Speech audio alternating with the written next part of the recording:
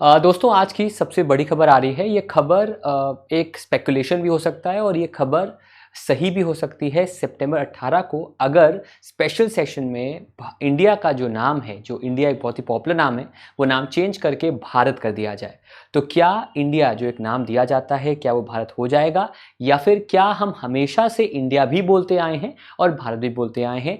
इसका constitutional angle क्या है और कितना सही है कितना गलत है, सारी बात आपके साथ इस वीडियो में दोस्तों करेंगे। तो चलिए शुरू करते हैं।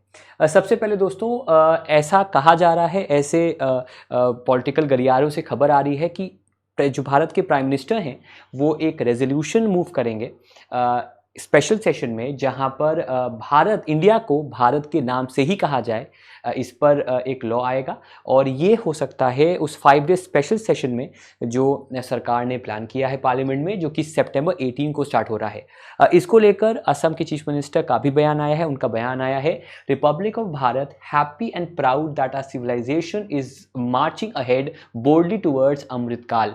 अमृतकाल यहाँ जिक्र, उनका कहने का मतलब है कि जो आने वाले 25 साल हैं हमारी 100 साल की आज़ादी के, वो काल की बात करें जो अभी चल रहा है, अभी चल रहा है एज पर दिस वर्ड। और रिपब्लिक ऑफ भारत का, ध्यान दीजिएगा, भारत का इस्तेमाल किया गया है, ना कि इंडिया का। इसको लेकर एक स्टेटमेंट आया है। था मैंने अभी अभी सारे सोशल मीडिया में और बाकी मेनस्ट्रीम मीडिया की जो सोशल मीडिया साइट है, एएनआई की साइट में देखा कि आदरणीय राष्ट्रपति जी ने G20 की जो अतिथि आ रहे हैं उनको जब भोज पे स्टेट डिनर पे उन्होंने निमंत्रण किया, उस निमंत्रण में लिखा गया है भारत के राष्ट्रपति जी की ओर से निमंत्रण है।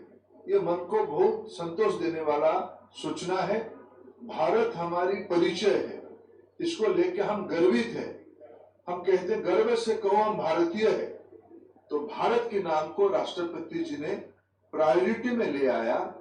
देश उनके इसके लिए बहुत खुश होगा, ये मेरा पूरा विश्वास है।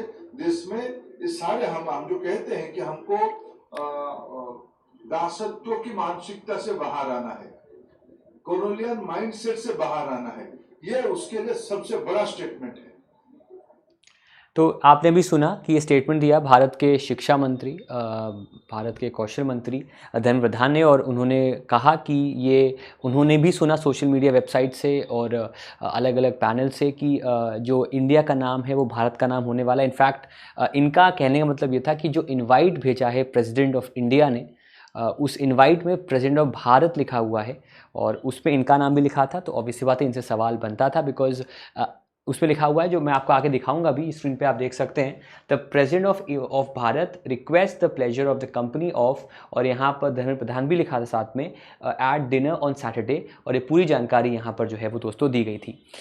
इसको लेकर जो कांग्रेस के स्पोक्स पर्सन हैं, कांग्रेस के प्रवक्ता हैं, कांग्रेस के लीडर हैं जयराम रमेश, उनका मानना है कि क्या ये उल्लंघन नहीं है आर्टिकल 1 का।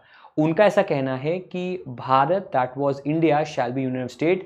क्या ये जो एक स्टेटमेंट है, क्या यूनियन ऑफ स्टेट्स के खिलाफ असॉल्ट तो नहीं है? उनका मानना है कि आर्टिकल 1 का ये उल्लंघन है। सिमिलरली कई और हलकों में ट्विटर पे ही इस पर बहस चल रही है कि क्या आर्टिकल 52 का भी ये उल्लंघन है। उससे पहले दोस्तों, जैसे मैंने बताया, ये जो वीडियो आपने देखा ये एएनआई का वीडियो है, तो उसका हमने यहाँ पर वीडियो लिया है। तो सोर्स आपका एएनआई है, जो कि भारत की बहुत ही प्रतिष्ठित न्यूज़ एजेंसी है। लेकिन अब दो बातें हैं। एक तो इन्होंने कहा कि आर्टिकल 1 का उल्लंघन है, लेकिन अगर आप एक ट्वीट में पढ़ा था, उसमें देखिए स्क्रीन पे आप लिखा हुआ है, यहाँ दिया हुआ है, India that is Bharat shall be a union of states. तो ऐसा नहीं है कि भारत का जिक्र पहली बार हुआ है। देखो, कोलोकियल टर्म्स में या फिर आम भाषा में तो हम करते ही हैं, लेकिन संविधान में भी इसका लिखा हुआ है India that is Bharat.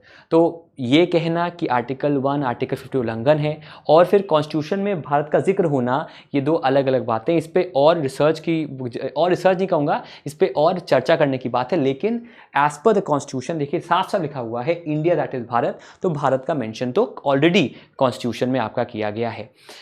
Ministry of external affairs की तरफ से भी अभी इसको लेकर कोई, जब तक ये वीडियो रिकॉर्ड हुआ है तब तक कोई बुनियादी, कोई पुख्ता स्टेटमेंट नहीं आया है।